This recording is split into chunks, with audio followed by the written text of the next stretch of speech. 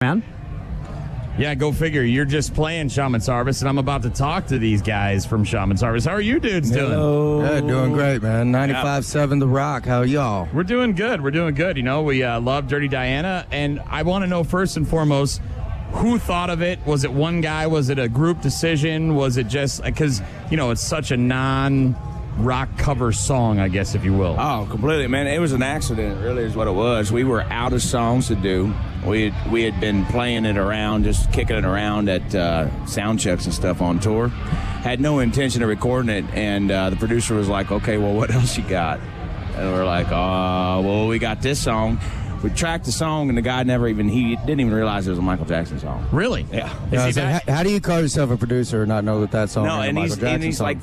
Like, I don't know, like 40. Is he that young? No, he's like 40. I was going to say, because, you know, sometimes people, they don't understand because they're too young, but how do you not? I mean, and that was one of his big ones. That was from that era when he really, like, that was when he had 5 #1 singles off Bad album. Yeah, I mean, just crazy. But so it's got to actually, if you listen to the original, it does have a very bluesy, you know, kind of tinge to it. Which made sense for us to do, like, if we were ever going to do a Michael Jackson song, that would be the one, which we did, so that works out. Has there been any weird feedback from people because it's Michael Jackson? Like that whole weird... No. Yeah, Jerome's pissed, but the rest of, everybody else, everybody else is pretty ecstatic about it. Man, it's weird because...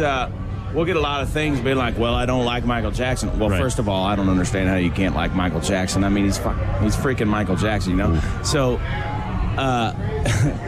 so those are the only ones. But they're like, I don't like Michael Jackson, but I really like, your version. And, which we're much obliged, but you really ought to get some Michael Jackson up in your life. But, I mean, it's pretty crazy whenever that song ends up, top 1, 2, 3, 4, 5 on the iTunes metal charts. I mean, who...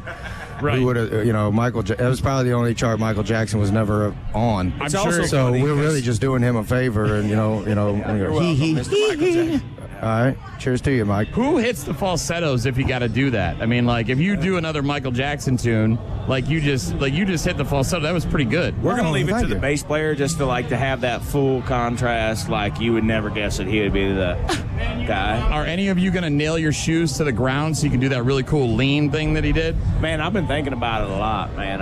First of all, you don't have to nail your feet down. You can just wear heavy shoes. If you wear heavy soles, it just kind of keeps you there. I got a heavy sole. Man. You do have heavy soul. You guys, your music is very soulful, very bluesy. You guys are obviously from the South, and you're up here in the North, Midwest, if you will. And you guys are playing all your tunes. You got Dragonfly out there. We heard Dangerous, and of course Dirty Diana, and then of course new music. Do we have new music on the way? When are we expecting new music from Shaman's Harvest? Yeah, man.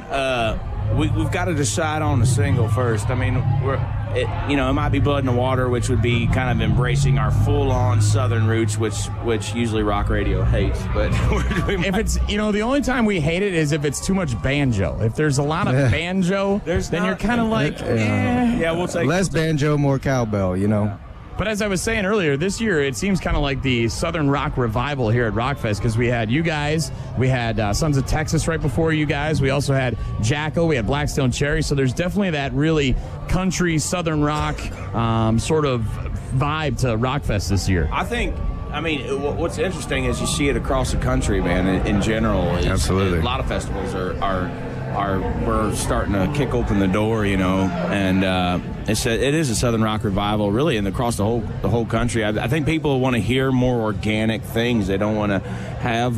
They're kind of over the over-processed, digitized everything. And glamour. Here's my formula, and I'm going to do this chorus the same way every time. They want to hear something that's a little more organic, and I think this is a great time for rock and roll, really. I do too.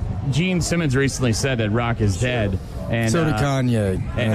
Hell. Sort of. If anybody could kill it, it'd be it'd be him. He's like a cockroach. I hate that guy. Really just is, stomp him. It's awful. But for him to be up on stage and say that, and then of course the Who come up there and they're like, "We'll show you who the real effing heavyweights are here in rock." That's right. But I don't think Gene Simmons is correct. I mean, you guys obviously just said rock is really experiencing some sort of interesting revival. You got such great bands out there like you guys.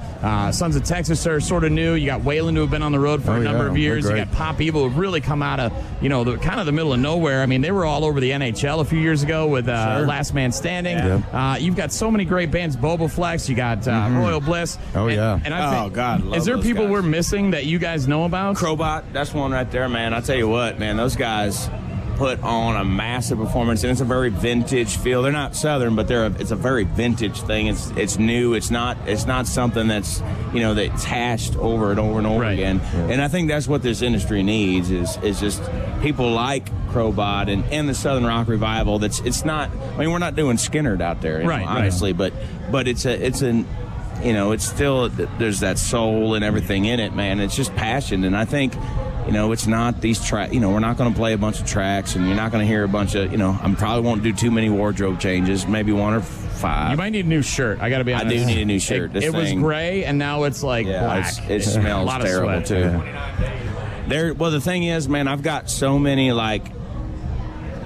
bad alcohol juju coming out of me right now that if I wear it, I don't even have to drink. Well, I got the cure for what you do. Got the cure, brother. Gentlemen, I'll tell you what, we spent the month of May out on tour with Blackstone Cherry, and we saw it every night. There was just this electricity in every audience we performed in front of, and it's just a testament to the Southern Rock Revival. And it doesn't have to be Southern rock, but it's just real rock and roll. It's just in your face, real instruments, real honest vocals, just real honest rock show. And the people that go to those are drunk too, and I think that's half the thing. That helps. I mean, that helps. Helps we sound way better. Too. So you guys are like the ugly chick that gets some at the end of the night.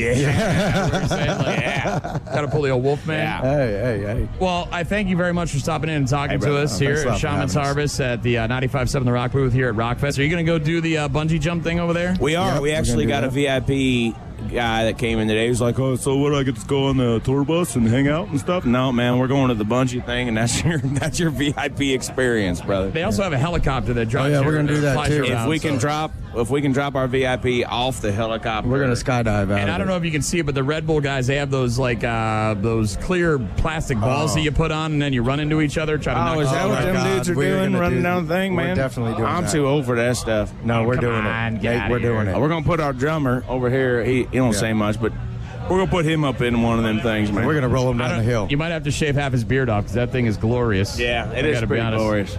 Excellent. It's separating on itself too, man. That's your one compliment. He's got a Chris Cale thing going on over there. A little bit. You could probably do a little bit of a braid in the middle of that thing. You ought to just turn it into sideburns, is my opinion. Mutton chops. Those are nice. Well, thanks for stopping in, guys. We're going to play Dangerous right now at Shaman's Harvest, 95.7 The Rock.